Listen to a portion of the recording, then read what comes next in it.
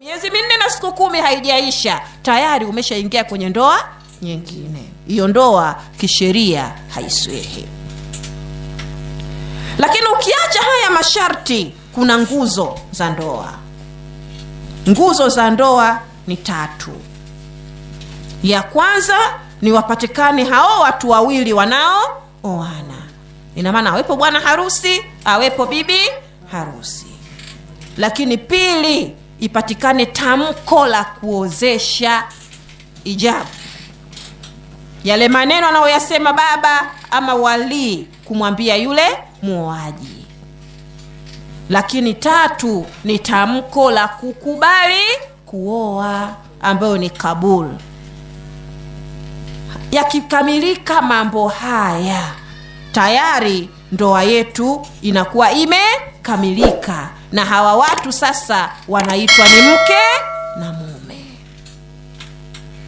Wakishaitwa hawa watu ni mke na mume, wanaingia kwenye wajibu. Wanaingia kwenye nini? Kwenye wajibu. Jamani, kuingia kwenye ndoa ni hiari, lakini kutimiza wajibu ni lazima. Unaingia kwa hiari yako. Umempenda mwenyewe, umemkubali mwenyewe, umekubali kuingia naye kwenye ndoa. Ukisha ingia kwenye ndoa, unawajibika kutimiza haki za mwenza wako katika ndoa hiyo. Wajibu wa wanandoa ni jambo la kisheria lililoelekezwa na Allah subhanahu wa ta'ala, na lililofundishwa na mtume wetu Muhammad sallallahu alayhi wasallam. Katika Qur'ani sura ya 2 aya ya 228, Mwenyezi Mungu subhanahu wa ta'ala anasema, na hao wanawake wana kama ile haki iliyo juu yao kwa maarufu kwa mujibu wa sheria, na kwa wanaume juu ya hao wanawake wana daraja. Wanawake wana haki na wanaume pia wana nini? Wana haki. Lakini hao wanaume wao wana nini? Wana daraja. Daraja gani waliopewa wanaume? Ni la ukawam, uongozi. Ar-rijalu qawwamuna 'ala an-nisa. Mwanamume ni msimamizi wa mwanamke.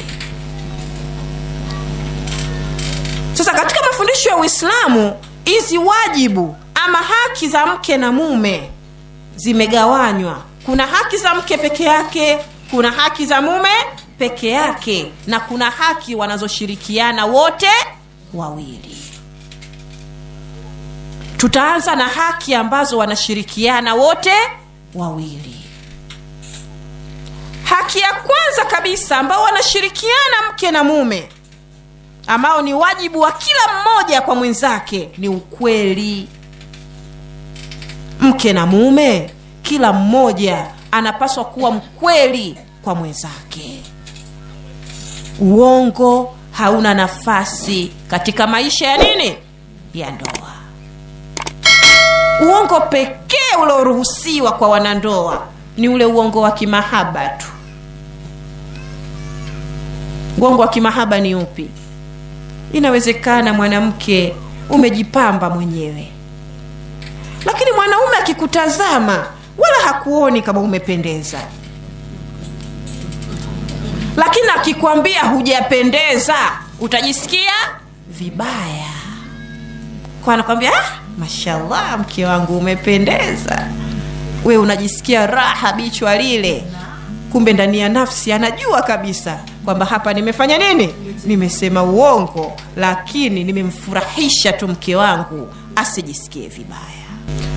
Kwa hiyo ukweli ni kitu muhimu. Wanandoa wanapaswa kuwa wakweli na hawapaswi kudanganyana. Nimewahi kuishuhudia ndoa iliyovunjika kwa sababu ya uongo, tena uongo wenyewe wa kijinga. Uongo wa kijinga.